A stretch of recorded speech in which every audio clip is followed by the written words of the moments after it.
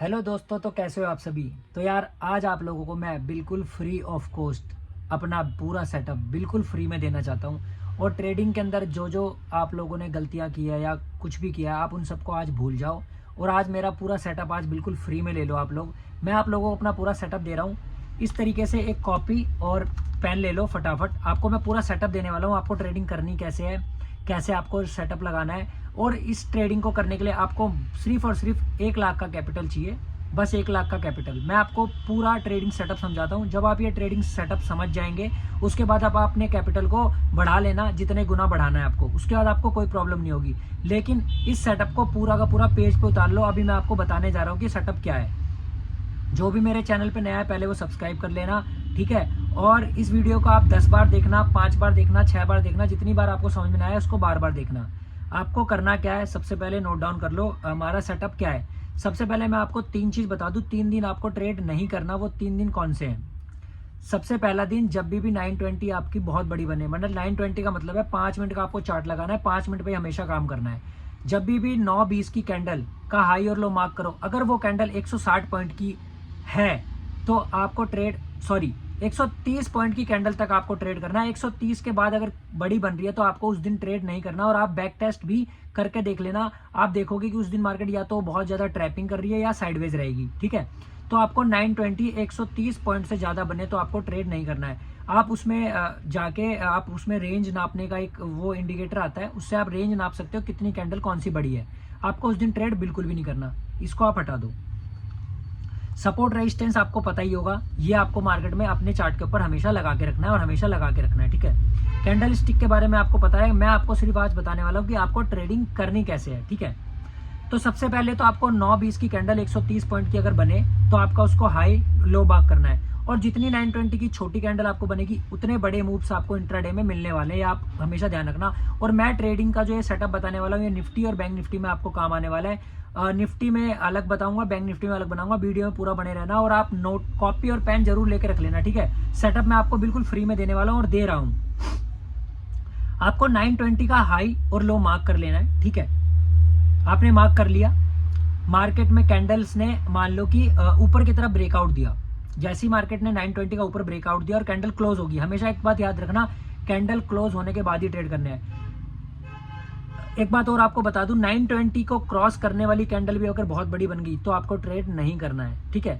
हमेशा 920 वाली कैंडल भी छोटी बननी चाहिए और जो उसको क्रॉस करे वो भी छोटी बन के ही क्रॉस होनी चाहिए, ठीक है। ज्यादा 50 पॉइंट 30 पॉइंट 40 पॉइंट अगर क्रॉस कर दे तो कोई बड़ी बात नहीं है, ठीक है। अब आपको करना क्या है, जब आपकी 920 और 925 वाली कैंडल ऊपर क्लोज कर दे और जब तक 920 के बीच में मार्केट रहेगी आपको कोई ट्रेड नहीं लगाना है। चाहे 15 मिनट हो जाए, चाहे 20 मिनट हो जाए, चाहे पूरी दिन निकल जाए, आपको ट्रेड नहीं करनी। 920 के बीच के अंदर मतलब है साइडवेज, ठीक है। तो 920 का आपको हाई और लो मार्क कर लेना है। उसके बाद आपको जिधर भी कैंडल क्लोज करे, सपोज मान लो कि मार्केट ने ऊपर के लिए ब्रेकआउट दे दिया और मार्केट बुलिश हो गई, 920 से ऊपर क्लोज हो गया और मार्केट बुलिश हो गई, तो आपको एक लॉट पुट का सेल करना है, निफ्टी हो या बैंक निफ्टी। पहले मैं बैंक निफ्टी की बात कर लेता हूं क्योंकि प्रॉपर तरीके से आपको बैंक निफ्टी के अंदर समझाता हूं कि सबसे ज्यादा लोग बैंक निफ्टी में ही ट्रेड करते हैं। निफ्टी के मैं लास्ट में बता दूंगा। बैंक निफ्टी में जैसे ही आपने सेलिंग करी एक लॉट, आपको कौन सा लॉट सेल करना है ये भी आज मैं बता देता हूं। आपको आईटीएम में अगर मार्केट ऊपर जा रही है तो पुट का आईटीएम 800 वाला प्रीमियम, 800 से लेके 1000 रुपए तक, बस इससे ज्यादा नहीं। क्योंकि मार्केट के अंदर जब भी मार्केट जब बहुत अच्छा रेंज में ऊपर या नीचे जाती है तो 1000 पॉइंट से ज्यादा नहीं जाती। किसी किसी दिन 1500 2000 पॉइंट जाती है, वो किसी दिन बहुत बड़ा क्रैश या कोई न्यूज के वजह से जाती है। वरना मार्केट की जो एक्सटर्नल से एक्सटर्नल रेंज है वो 700 से 800 से लेके 900 पॉइंट ही है, इससे ज्यादा बैंक निफ्टी नहीं जाती, आप लोगों को पता होगा, बैक टेस्ट भी कर लेना। अब आपको 800 वाला प्रीमियम एक लॉट सेल कर देना है, ये आपका पहला काम हो गया। आपको हमेशा शुरुआत जो करनी है ऑप्शन सेलिंग से करनी है। मेरे सेटअप के अंदर मैं बताऊंगा बाइंग कब करनी है। आपने एक लॉट सेल किया, उसके बाद आपको क्या करना है, 100 पॉइंट का एसएल लगा देना है अपने उसी 800 के प्रीमियम पे। जैसे मान लो कि आपने कोई 800 का प्रीमियम सेल किया, वो 835 825 840 का भी हो सकता है। आपने 825 का प्रीमियम सेल किया तो आपको 925 रुपए का स्टॉप लॉस लगा लेना है उस सेलिंग के सेटअप पे। और आपको अपना एसएल कभी भी ट्रेल नहीं करना, ये बात हमेशा ध्यान रखना।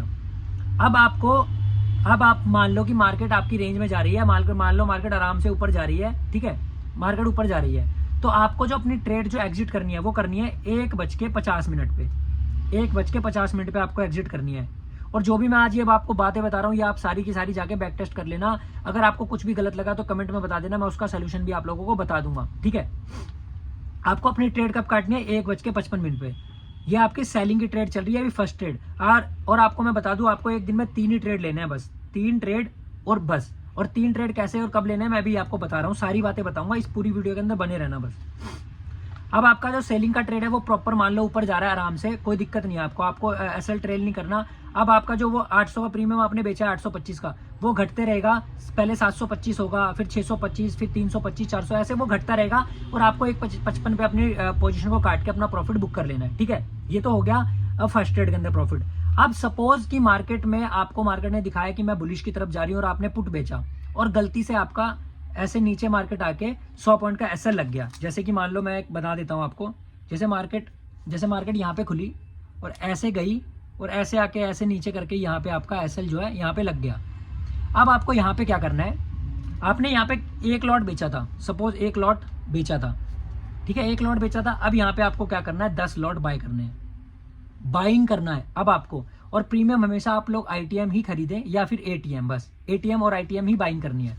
अब आपका जैसे ही आप यहाँ पे आईटीएम खरीदेंगे ना इस जगह पे, तो आप यहाँ पे देखेंगे कि 300 का प्रीमियम आपने बाय किया और आपका जैसे ही ये जो रेंज ये नीचे जाएगी मार्केट, तो आपको ये 350 340 का प्रीमियम हो जाएगा और आप यहाँ पे एक स्कैल्प करके निकल जाएंगे। तो आपका जो ये वाला लॉस है 1 लॉट में वो भी कवर होगा और यहाँ पे आपका मोटा प्रॉफिट भी हो जाएगा, ठीक है। ये तो हो गया पहला सिस्टम।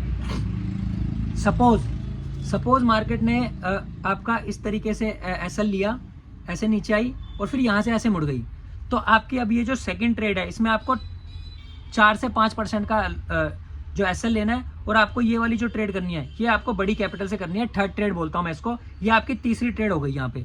तो थर्ड ट्रेड आपको बड़ी क्वांटिटी से जब लेनी होगी, तो आप लोग यहाँ पे बड़ी क्वांटिटी जब लेंगे तो आप देखोगे कि इसमें आपका और मोटा प्रॉफिट आ जाएगा, ठीक है। अगर गलती से यहाँ से ये एक बार और मुड़ जाती है और ये आपका जो है एसएल ले लेती है, तो फिर आपको एक इंट्राडे के अंदर सिर्फ और सिर्फ 10% का लॉस देके अपना ट्रेडिंग सिस्टम आज बंद कर देना है। मतलब कि आपको 3 ट्रेड से ज्यादा नहीं करनी है, ठीक है, 3 ट्रेड से ज्यादा नहीं करनी है।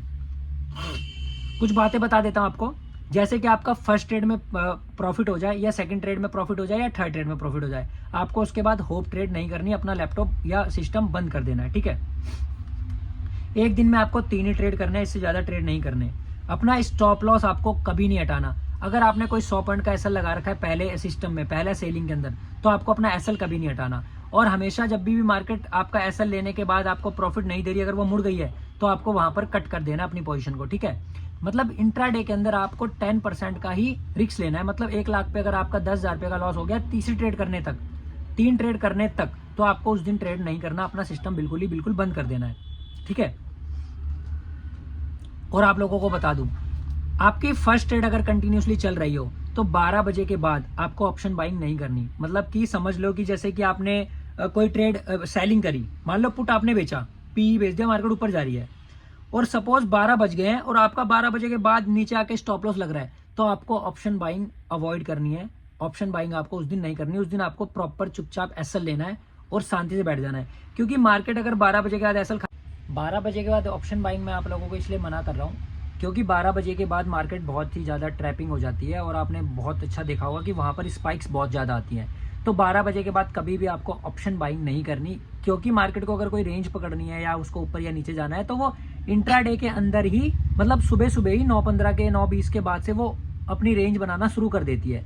तो कभी भी 12 बजे के बाद आपको ऑप्शन बाइंग नहीं करनी। और जो निफ्टी के अंदर काम करना चाहते हैं, निफ्टी के अंदर आपको 1 लॉट सेल करना है, कम से कम प्रीमियम होना चाहिए आपका आईटीएम का 400 रुपए का।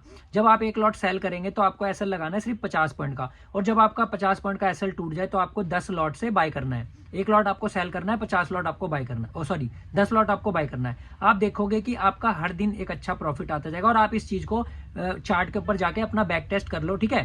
पहला लॉट आपको सेल करना है और सेकंड बार में आपको बाय करना है, और सेकंड में अगर आपका स्टॉप लॉस लग जाए तो थर्ड ट्रेड आपको बड़ी क्वांटिटी से बाय करना है। और अगर आपका थर्ड ट्रेड भी स्टॉप लॉस लग जाए तो आपको उस दिन सिस्टम बंद करके बैठ जाना है, और आप देखोगे कि आप कंटिन्यूसली प्रॉफिटेबल ट्रेडर बन चुके हो। जय हिंद।